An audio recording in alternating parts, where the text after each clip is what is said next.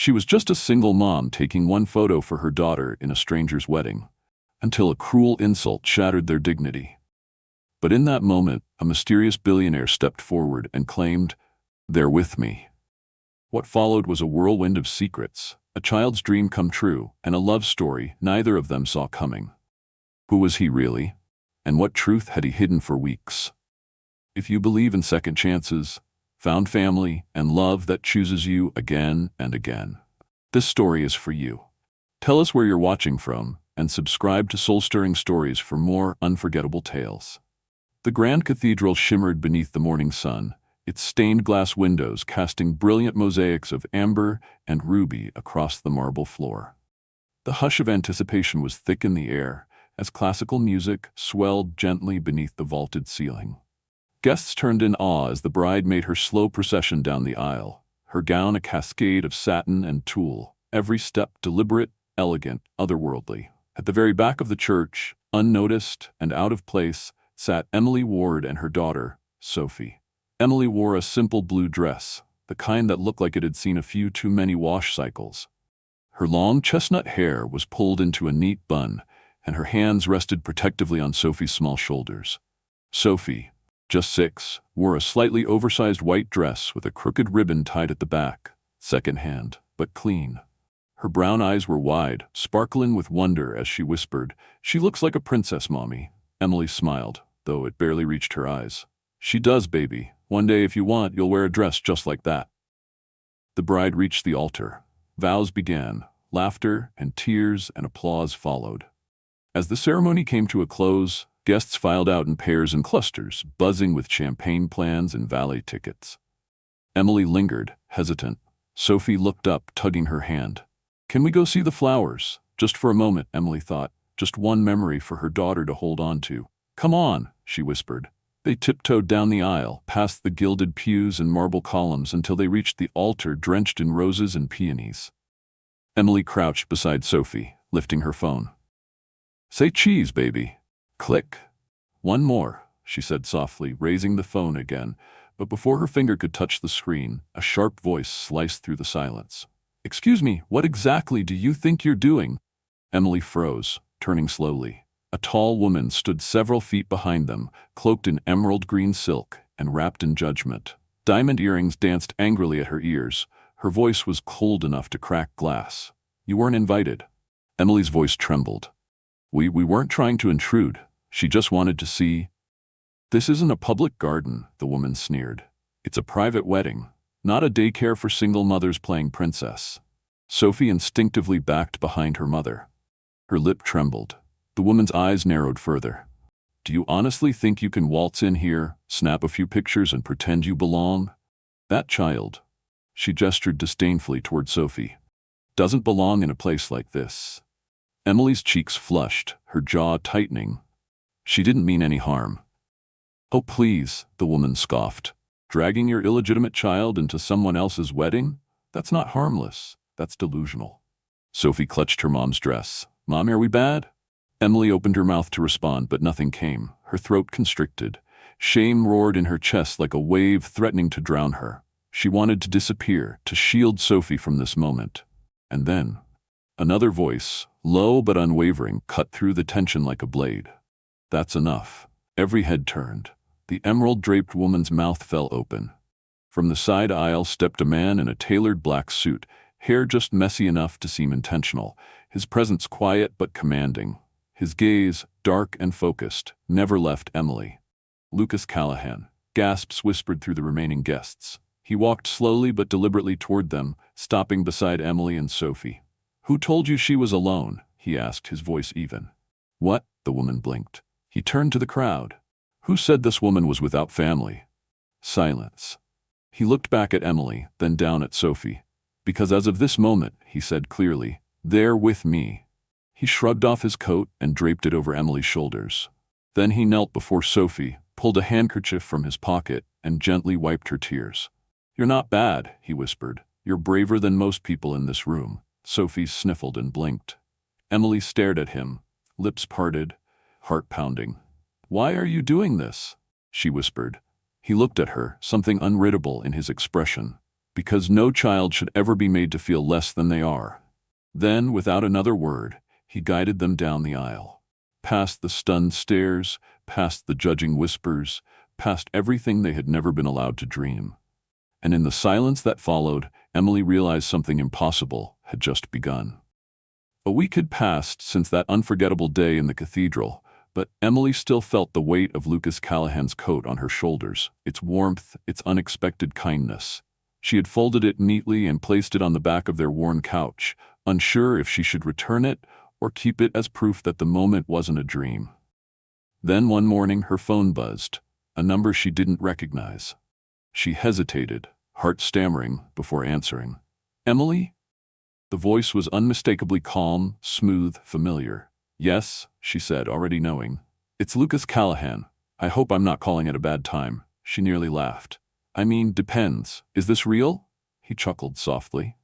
"Very. I wanted to ask you something. I'm hosting a charity gala at my estate next weekend. I could use someone grounded, reliable, someone who sees people. Would you be open to helping organize it?" She blinked, unsure if he was serious. "You want me to plan a Billionaire's event? I want you to bring the same grace I saw in that church to my home. And of course, Sophie is welcome. I have a garden. It's massive." Emily's throat tightened. It had been a long time since someone had invited both of them, not just her. "Okay," she said softly. "We'll come." The black car arrived right on time. Sophie clutched her stuffed bunny with excitement as they drove through iron gates and down a driveway lined with hydrangeas. The estate was unlike anything Emily had ever seen, like a manor out of a forgotten novel. When the car stopped, Lucas was already waiting on the steps. No suit this time, just a white dress shirt with the sleeves rolled up, like he'd been helping with the setup himself. Sophie ran up the stone path and stared at him. "Hi, Mr. Tall." Lucas smiled down at her. "Hey, Sophie, you ready to rule the garden?" She nodded seriously. "But I'm bringing Bunny." "Of course," he said solemnly. "Every queen needs her advisor." Emily couldn't stop the smile tugging at her lips. Lucas looked up at her. "Glad you came." She stepped out, feeling suddenly out of place in her plain skirt and cardigan. But the way Lucas looked at her, without judgment, without pity, helped her stand a little taller. Inside, the house was alive with quiet activity. Staff moved in coordinated steps, arranging florals and hanging lanterns. Lucas walked her through the logistics: guest lists, charity partners, menu layouts. He never treated her like an outsider. He listened when she offered suggestions. He asked for her opinion. He laughed at her jokes. That evening, as the sun dipped low and the lights in the garden began to glow, Sophie wandered with a sketch pad, her favorite new habit. Emily caught her sitting on a bench, tongue sticking out in concentration, drawing Lucas beside a big tree, a heart floating above his head. "Why the heart?" Emily asked gently. Sophie shrugged. "Because he feels like a good person." Lucas walked over and crouched beside her. "What are you making?" Sophie showed him the drawing, and he laughed. "You made my hair too perfect." "Because you're nice," she said simply. Emily watched them. Watched how Lucas tucked a leaf behind Sophie's ear, how she giggled like she'd known him forever. The way they mirrored each other made her chest ache in ways she couldn't explain. That night, after Sophie had fallen asleep with crayon-smudged hands and Bunny tucked under her chin, Emily tiptoed downstairs to grab a glass of water. She found Lucas in the kitchen, barefoot, leaning on the counter with a mug of tea. "Couldn't sleep?" he asked. She shook her head. "Too much swirling." He gestured to the stool across from him. She sat. "Lucas," she said quietly, "why are you doing all this?" He looked at her, eyes honest. "Because I haven't stopped thinking about you, or her, since the church." She felt the air leave her lungs. "I don't know what this is yet," he added, "but I know it matters, and I don't want to pretend it doesn't." Emily looked down at her hands, then up at the man who had been a stranger not long ago. "I don't know either," she whispered, "but thank you for seeing us."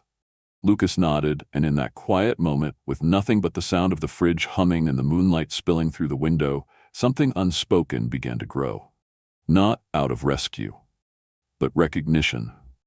The storm rolled in on a Thursday evening, sudden and fierce, with winds that howled through the ancient oaks surrounding the estate. Rain lashed against the windows like restless fingers, thunder rumbling low and steady in the distance. Inside, the warmth of Lucas's home wrapped around them like a shield from the chaos outside. But Emily wasn't well. What had started as a dull ache behind her eyes had grown into something heavier. Her body fatigued, her forehead warm, her breath shallow. By the time she curled up on the living room couch beneath a wool blanket, Lucas was already by her side, crouching low, concern etched deep into the lines of his brow. "You should be in bed," he said gently, brushing a strand of hair from her face. Emily offered a weak smile. "I'll be fine. It's just a bug." Lucas stood, already moving toward the kitchen. 10 minutes later, he returned with a tray. Chamomile tea, just the way she liked it. Honey, no lemon. Beside it, a bottle of acetaminophen and the worn copy of Cien Años de Soledad he had given her weeks earlier, wrapped in ribbon then, now familiar and marked with creases. She blinked up at him. "You're dangerously good at this," she murmured. "I pay attention," he said simply, setting the tray down and sitting beside her. He opened the book without a word, beginning to read in a calm, slow rhythm, his voice deep and soothing, anchoring her in the storm. Emily rested her head on his shoulder as he read, her breathing slowing, her body leaning into his warmth. The candle on the side table flickered with each gust of wind, but inside that small room, everything felt still. "I'm sorry I'm a mess," she whispered. "You're not," he replied without hesitation. "You're just tired and human." She tilted her head, her face now just inches from his. Her eyes searched his, soft and unguarded. "Have you ever felt truly loved, Lucas?" His breath caught. No one had ever asked him that. Not seriously. Not without expecting something in return. He thought of orphanages with peeling walls, of birthdays spent alone, of boardrooms filled with people who smiled but never saw him. "No," he said finally, "not until you and Sophie walked into that church." Something shifted between them, quiet and electric. Emily reached up, fingertips brushing his jaw, and for a long moment neither of them moved. Then he kissed her. It wasn't planned. It wasn't neat. But it was honest. Slow and searching at first, then deeper. It was a release of everything they hadn't said, everything they'd carried alone for too long. When they finally pulled apart, Emily's hand lingered against his chest, feeling the rapid thud of his heart. But Lucas's eyes had changed. Something inside them darkened, not with regret, but with weight. "There's something I haven't told you," he said softly. Emily stiffened slightly. "What is it?" He didn't look away. "You deserve the truth. You've always deserved it." Her stomach dropped. "Sophie," he began, voice tight, "she's mine. My daughter." Silence. Emily blinked. Once, twice. Her mind struggled to catch up with the words. "What do you mean?" she asked, breathless. "I didn't know at first," he said quickly. "But then you mentioned the resort. The party. I remembered. I remembered the napkin. I had a DNA test done after I saw her draw that picture of the three of us. It confirmed it. Sophie's mine." Tears welled in Emily's eyes. She shook her head, not in denial, but in shock. "You've known this whole time?" "I've known for 3 weeks," he said. "But I didn't want to tell you until you knew I was here for both of you, not because of blood, but because I love you." She covered her mouth, her body trembling. "And I do, Emily, I love you." She couldn't speak, couldn't breathe. She leaned forward and pressed her forehead against his, tears slipping freely down her cheeks. "So what now?" she whispered. Lucas exhaled slowly. "Now we begin again, as something real." Outside, the storm continued to rage, but inside, where two truths had finally been spoken, a different kind of calm began to bloom. The storm passed by morning, leaving the world washed and still, but Emily hadn't slept. She stood by the window in the guest room, arms crossed tightly over her chest, watching the mist lift from the hills beyond the garden. The confession replayed in her mind on a loop. Lucas's voice, steady but trembling, as he told her Sophie was his daughter, that he had known for 3 weeks and said nothing, that he loved her. All of it circling like wind, trapped in a jar. She heard his footsteps before she saw him. He paused at the doorway, his voice careful. "Emily?" She turned slowly, her expression unreadable. "How long?" she asked, her voice low. 3 weeks, he admitted. Her jaw tightened. "And you didn't think I had the right to know?" Lucas stepped forward. "I wanted to tell you, Emily, I didn't want you to think I only cared because of that. I was afraid." "Afraid of what? That I'd leave?" "No," he said. "Afraid that you'd think I stayed out of duty instead of love." Emily laughed, but it was hollow, brittle. "You kissed me, Lucas, knowing you were her father." I kissed you, he said firmly, because I love you. That never changed. She looked away, the ache in her chest making it hard to breathe. You should have told me the moment you knew. I know, he said, his voice cracking. She turned back to him, eyes brimming. Would you have told me at all if I hadn't asked? Lucas didn't answer right away. Yes, but only when you believed I was here because I chose to be, not because I had to be. Her shoulders dropped. You gave us so much, Lucas. You gave her joy. You gave me peace. And now, I don't know what was real. All of it, he said, taking another step. Every moment, every word. But she was already pulling away. That afternoon, Emily packed in silence. She didn't slam drawers. She didn't cry. But the way she folded Sophie's clothes, the way she pressed the worn stuffed bunny into the overnight bag, it was heartbreak written in hands that refused to shake. Sophie didn't understand. Are we not staying at Mr. Tall's house anymore? We're going home, sweetheart, Emily said softly, brushing hair from her daughter's face. Just for a little while. She didn't leave a note. Only a folded crayon drawing on the kitchen table. 3 stick figures beneath a tree, their hands held, hearts floating above their heads. Lucas found it hours later. He sat down at the table, the drawing in his hands, and stayed there until the sun sank low and shadows crept through the glass. He didn't call her. He didn't chase. But he didn't stay silent either. 1 week later, Lucas stood before a wall of flashing cameras at the Reed Foundation headquarters. The room was packed, journalists murmuring, phones raised, questions whispered on the air like sparks waiting to ignite. Lucas stepped up to the podium, not in a suit but in a simple shirt, sleeves rolled, eyes clear. I don't usually speak publicly, he began, voice steady, but there are truths that need to be said. The room hushed. There's a little girl out there named Sophie. She is my daughter. I didn't know at first, but now that I do, I won't let another day go by pretending otherwise. Gasps echoed across the hall. He continued, but that's not why I stayed. It's not why I opened my home. I fell in love before I ever knew the truth. With her mother, Emily, she is the strongest person I've ever met. She didn't need rescuing. She needed to be seen. And I saw her. The silence was thunderous. I didn't stay out of obligation, he finished, voice thick. I stayed because for the first time in my life, I found my family, and I want the world to know it. He stepped away from the microphone, ignoring the questions shouted after him. None of it mattered. Not the headlines, not the speculation. Only 2 people in the world needed to hear what he said. And he prayed to God they were listening. The television flickered in the corner of the small apartment, casting soft light across the worn couch where Emily sat, arms wrapped around her knees. Sophie lay curled beside her, head resting in her mother's lap, her small fingers wrapped tightly around a fraying corner of her blanket. The air was quiet, heavy. They hadn't spoken much since they left Lucas's estate, but the silence between them had never felt so loud. On the screen, Lucas stood behind a podium, the press swarming him like moths to flame. He looked different, unarmored, vulnerable, exposed. Emily's breath caught when he spoke. There's a little girl out there named Sophie, he said, his voice echoing through the room.